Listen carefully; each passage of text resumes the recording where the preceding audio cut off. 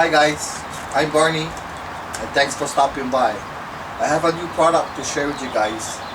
It's a redesigned bow square that can now send a shot, your arrow, to the bowstring with one simple slide of the bead. This is how it works. This new design, instead of holding it in the back of the bow handle like this, it's now you hook it in the clamp. To take the correct measurement, you must put the bowstring into the bow clamp groove as shown here. Now you can take, the reason we designed this is to keep the bow square with the bowstring.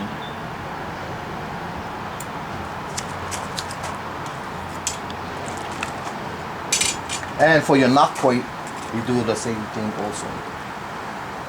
Knocking it on the bowstring, keeping it in the bowstring groove, and sending your knock height. But the best function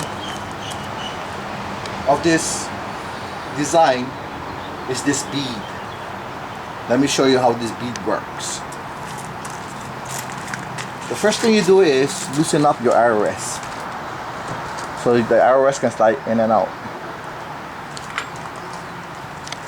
Now, placing the bow square in the back of the bow riser firmly against the back of the riser as shown here.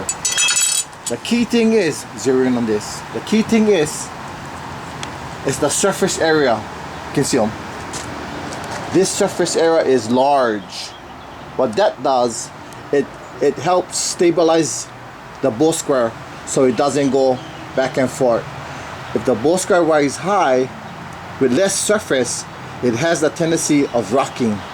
But this design, because of the back of the bow riser is so wide, it's so stable that it has a hard time rocking back and forth, as you can see. So by firmly holding that in the back of the riser, you can now move the bead to the arrow, to the back of the arrow string, as shown here. So you can move the gauge in or out, whatever you desire. For me, I like to keep it as close to the bowstring as possible. So now as you're looking down the bow and the bowstring, you can see now the bead is directly in the back of the bowstring. Now let's place an arrow on the arrow rest. Back in the front.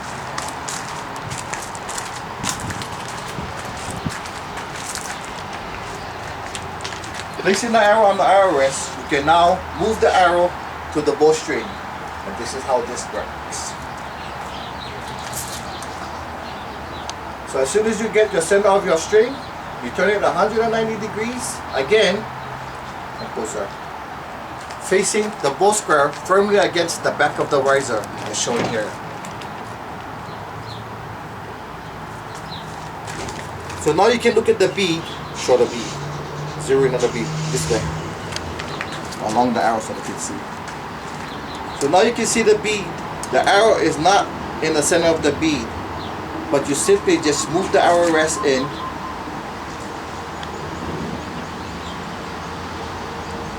until the bead is exactly on the center of the arrow as shown here.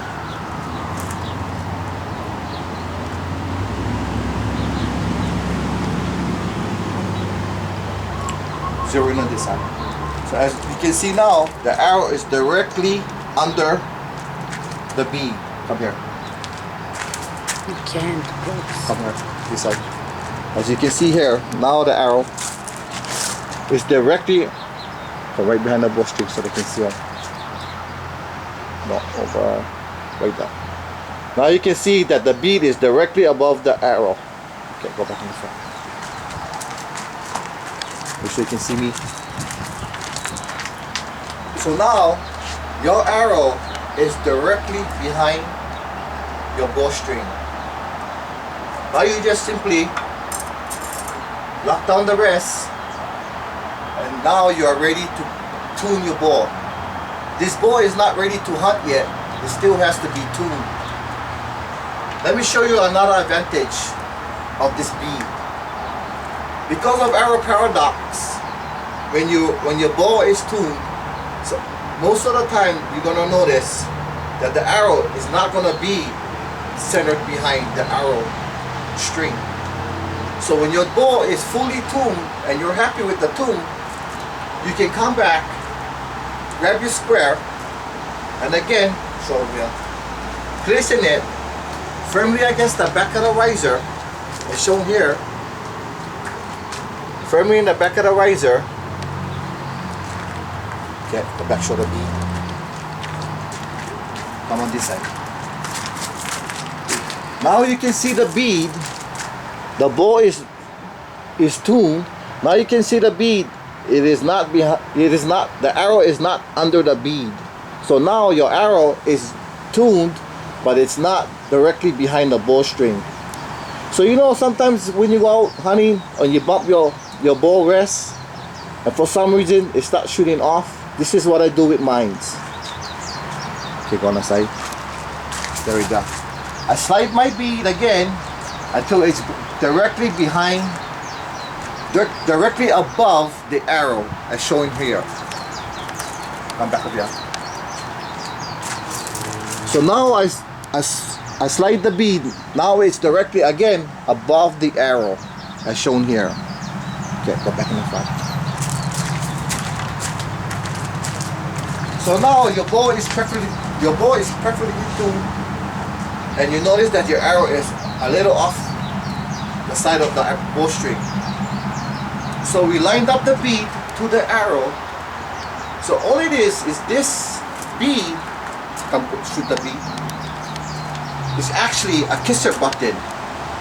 What I do with mine is I put two knocking points, one on this side and one on this side.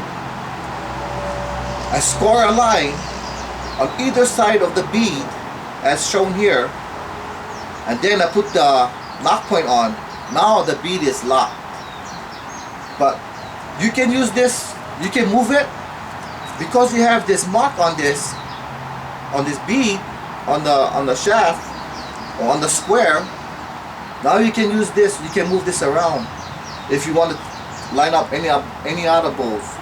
But when you go in the field and for some reason your bow is shooting off, all you do is grab your square, slide the square back onto your mark, which is where your bow was perfectly tuned.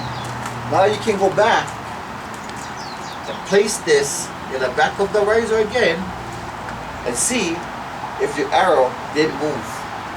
If it did, bring the arrow back to the center of the bead, and you should be right on. So thanks for stopping by, and I have another product to share with you guys. This is my DVD. It's a bow hunting DVD. I've been a bow hunter for 35 years, and the reason I made this video was because I wanted to share my hunting techniques with the younger generation. So I made this video. It's about 45 minutes, and what I explain all the different techniques that I use when I spot and stalk. Probably in 35 years I shot only one animal from the tree stand, which was in Canada. I shot a black bear from a tree stand. Majority of the rest of my animals I shot at spot and stalk. Let me share with you guys now one of my techniques that you guys can try. When I go out hunting and I see the animals bed down and I get within like 50 yards, I try to get under 30. I want you guys to try this technique. You lay flat on the ground, and I call them the 1-inch spot and stalk technique. So when you're laying down on the ground, everything you do is only, whenever you move, it's only 1 inch. If your hands move, 1 inch, 1 inch, 1 inch, 1 inch. 1 inch.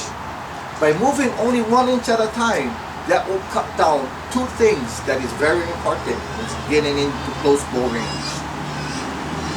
It will be so quiet. You can go over brush, you can go through leaves. The second thing is movement, because all animals see and catch you by movement. So try out this technique. It's a 1 inch spot and stop technique that I want you to try. So thanks again for stopping by, and I hope you enjoy my new invention, the center shot bow gauge. Thank you.